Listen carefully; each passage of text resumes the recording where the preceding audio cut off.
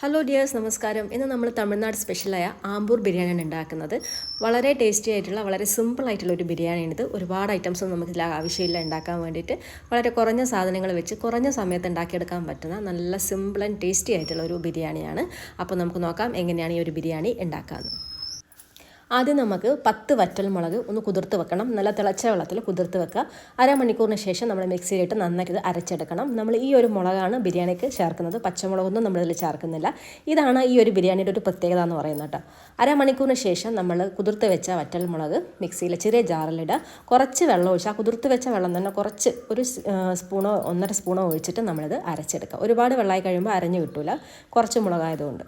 അപ്പോൾ ഞാനിത് ഒരു ടേബിൾ സ്പൂണോളം ചേർത്തിട്ടുണ്ട്. ഇനി നന്നായിട്ട് മഷി പോലെ നമ്മൾ അരച്ചെടുക്കുക. അങ്ങനെ നമ്മളിത് നന്നായിട്ട് അരച്ചെടുത്ത് കൊണ്ടുവന്നിട്ടുണ്ട്. ഇത് നമുക്കൊരു പാത്രത്തിലേക്ക് മാറ്റി വെക്കാം. ഇത്രയേ ഉണ്ടാവുള്ളൂ. ഇതിപ്പോൾ നമുക്ക് ഈ ഒരു ബിരിയാണി ഉണ്ടാക്കാനുള്ള കറക്റ്റ് അളവാണ്. അപ്പോൾ ഇത് നമുക്കിനി ഒരു സൈഡിലോട്ട് മാറ്റി വെക്കാം.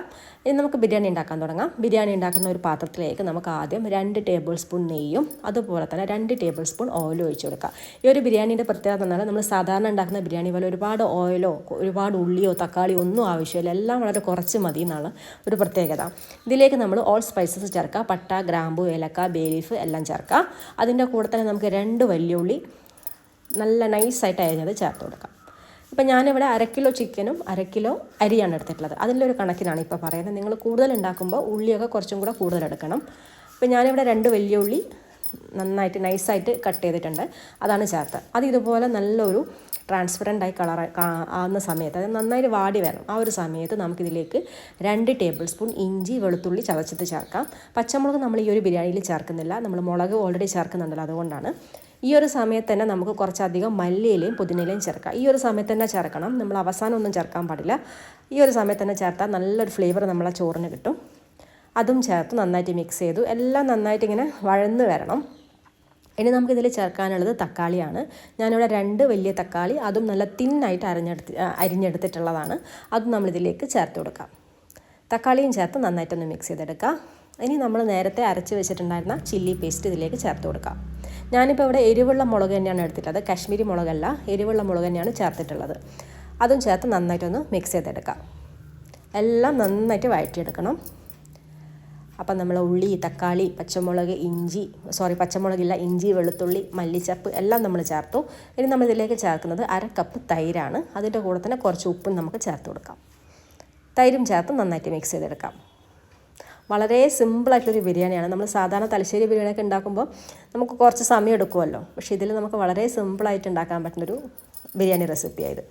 ഇനി നമുക്കിതിലേക്ക് കഴുകി വെച്ച ചിക്കൻ, 1/2 കിലോ ചിക്കൻ ഞാൻ നന്നായിട്ട് കഴുകി വെള്ളമൊക്കെ കളഞ്ഞ് മാറ്റി വെച്ചതാണ്. അത് നമ്മളിതിലേക്ക് ഇട്ട് കൊടുക്കാം.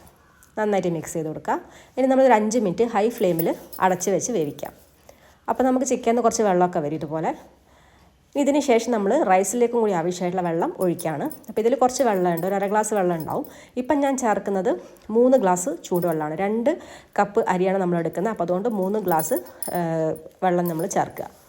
കുറച്ച് വെള്ളം അതിൽ ഓൾറെഡി ഉണ്ടല്ലോ, അപ്പോൾ അത്രയും മതിയാവും. ഇല്ലെങ്കിൽ ഒരുപാട് വെള്ളം ഒഴിക്കുമ്പോൾ വെന്തുടഞ്ഞു പോവും. അപ്പോൾ 2 ഗ്ലാസ് അരിക്ക് 3 ഗ്ലാസ് വെള്ളം എന്നുള്ള കണക്കിൽ ഒഴിക്കാം. കുറച്ചുകൂടെ ഉപ്പ് നമ്മൾ ഇട്ട് കൊടുക്കുന്നുണ്ട്. റൈസിലും കൂടി കണക്കായിട്ട് ഉപ്പ് ഇട്ട് കൊടുക്കുക. ഉപ്പ് എപ്പോഴും ഒരു പൊടിക്ക് മുന്നിൽ നിൽക്കണം, എന്നാലേ ചോറ് വേവുമ്പോൾ ഉപ്പ് കറക്റ്റായിട്ട് വരുള്ളൂ. ഒരു 1/2 മുറി ചെറുനാരങ്ങ നീര് കൂടെ നമുക്കിതിലേക്ക് ചേർത്ത് നന്നായിട്ട് തിളപ്പിച്ചെടുക്കാം. അടച്ച് വെച്ച് തിളപ്പിക്കാം. ഇപ്പം നമ്മൾ വെള്ളം നന്നായി തിളച്ചു. ചിക്കൻ ഇപ്പോൾ വെന്തിട്ടൊന്നുമില്ല, എന്നാലും ഒന്ന് കുക്കായിട്ടുണ്ട്. നന്നായിട്ടൊന്ന് മിക്സ് ചെയ്യുക. ഇനി നമുക്ക് ഇതിലേക്ക് അരി ചേർത്ത് കൊടുക്കാം. കഴുകി വൃത്തിയാക്കി വെച്ചിട്ടുള്ള 1/2 കിലോ അരിയാണ്, ബിരിയാണി അരിയാണ് നമ്മളിപ്പോൾ ചേർത്ത് കൊടുക്കുന്നത്. അത് ചേർത്ത് നന്നായിട്ട് മിക്സ് ചെയ്തെടുക്കാം. അരി ചേർത്തതിന് ശേഷം നന്നായിട്ട് മിക്സ് ചെയ്യുക. അതിനുശേഷം ഉപ്പുണ്ടോ എന്ന് ചെക്ക് ചെയ്യുക. ഉപ്പ് കുറവാണെങ്കിൽ കുറച്ചുകൂടെ ഉപ്പ് ഈ ഒരു സമയത്ത് ചേർക്കുക. അരി വെന്ത് കഴിഞ്ഞിട്ട് ഉപ്പിട്ട് കഴിഞ്ഞാൽ പിന്നെ ഉപ്പ് നമുക്ക് അവിടെ ആയിട്ടുണ്ടാവും. ഇത് നന്നായിട്ട് മിക്സ് ചെയ്തിട്ടുണ്ട്. ഇനി നമ്മളിത് അടച്ച് വെച്ചിട്ട് ഹൈ ഫ്ലെയിമിൽ ഒരു 5 മിനിറ്റ് നന്നായിട്ട് തിളപ്പിക്കുക. അതിനുശേഷം മീഡിയത്തിൽ വെച്ചിട്ട് വെള്ളം വറ്റിച്ചെടുക്കണം. അപ്പോൾ ഇതിന് നന്നായിട്ട് വേവട്ടെ. ഇപ്പോൾ കണ്ടോ, നമ്മൾ ഇടയ്ക്ക് തുറന്ന് നോക്കുമ്പോൾ ഒരു 5 മിനിറ്റ് തുറന്ന് നോക്കുമ്പോൾ ഇതുപോലെയാണ് ഉണ്ടാവുക. കുറച്ചുകൂടെ നമുക്ക് വെള്ളം നന്നായിട്ട് വറ്റണം. അതിനുശേഷമാണ് നമ്മൾ ദം ചെയ്യുന്നത് കേട്ടോ.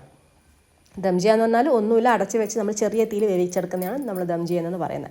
ഇപ്പം വെള്ളമൊക്കെ വറ്റി കണ്ടോ, ഈ ഒരു രീതിയിലായിട്ടുണ്ടാവും. എന്നാലും നമ്മൾ അരിയൊന്നും വെന്തിട്ടുണ്ടാവില്ല, ചിക്കനും ഫുള്ളായിട്ട് വെന്തിട്ടുണ്ടാവില്ല.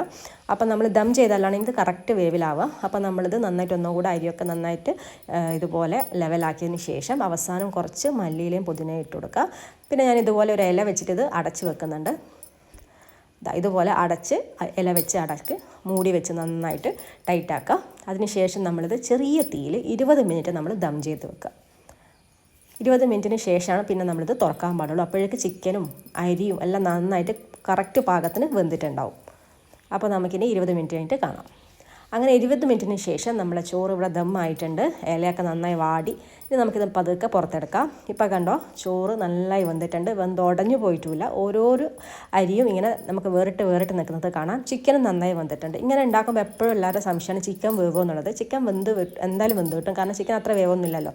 അപ്പോൾ അതുകൊണ്ട് നമ്മളിങ്ങനെ ദം ചെയ്യുന്നത് കൊണ്ട് നന്നായിട്ട് തന്നെ സൂപ്പറായിട്ട് വെന്ത് കിട്ടും. നിങ്ങൾക്കിത് കാണുമ്പോൾ മനസ്സിലാവും ചിക്കൻ വെന്തിനോ ഇല്ലയോ എന്നുള്ള കാര്യം. അപ്പോൾ ഇത് ഇത്രയേ ഉള്ളൂ, നമ്മൾ ആമ്പൂർ ബിരിയാണി ഇവിടെ റെഡിയായി. കണ്ട ചിക്കൻ കണ്ടോ. അപ്പോൾ ഗൈസ്, നമ്മൾ ബിരിയാണി റെഡി ആയിട്ടുണ്ട്. ഇനി നമുക്കിത് പ്ലേറ്റിലോട്ട് മാറ്റാം. അപ്പോൾ ഈ വീഡിയോ കണ്ടിട്ട് നിങ്ങൾ എന്തായാലും ഇത് ട്രൈ ചെയ്ത് നോക്കണം. എന്തായാലും നിങ്ങൾക്ക് ഇഷ്ടപ്പെടും. നമുക്കൊരു മടുപ്പ് തോന്നില്ല ഈ ഒരു ബിരിയാണി കഴിക്കുമ്പോൾ. ഒരുപാട് എണ്ണയൊന്നും ഇല്ലാത്തതുകൊണ്ട് തന്നെ നല്ല ഹെൽത്തി ആയിട്ടുള്ള ഒരു ബിരിയാണി തന്നെയാണ്. എല്ലാവരും ട്രൈ ചെയ്ത് നോക്കുക. പിന്നെ നിങ്ങളോട് പറയാനുള്ള ഒരു കാര്യം എന്ന് പറഞ്ഞാൽ, നിങ്ങൾ വീഡിയോ കണ്ടിട്ട് പോകുമ്പോൾ ദയവ് ചെയ്ത് വീഡിയോ ഒന്ന് ലൈക്ക് ചെയ്യാൻ മറക്കരുത്. അതുപോലെ തന്നെ വീഡിയോ പറ്റിയുള്ള അഭിപ്രായങ്ങൾ കമൻറ്റ് ചെയ്യാനും മറക്കണ്ട. നമ്മളെ പേജ് ഫോളോ ചെയ്യാത്തവരുണ്ടെങ്കിൽ അത് ഫോളോ ചെയ്യാം. ഞാനിപ്പോൾ നമ്മളെ ചെമ്മീൻ അച്ചാറിൻ്റെ കൂടെയാണ് ഇത് കഴിക്കുന്നത്. പിന്നെ തൈരുമുണ്ട്. അപ്പോൾ ചെമ്മീൻ അച്ചാറും ബിരിയാണിയും സൂപ്പർ കോമ്പിനേഷനാണ്. അപ്പോൾ മറ്റൊരു വീഡിയോ ആയിട്ട് വീണ്ടും കാണാം. അതുവരെ എല്ലാവർക്കും നന്ദി, നമസ്കാരം, താങ്ക്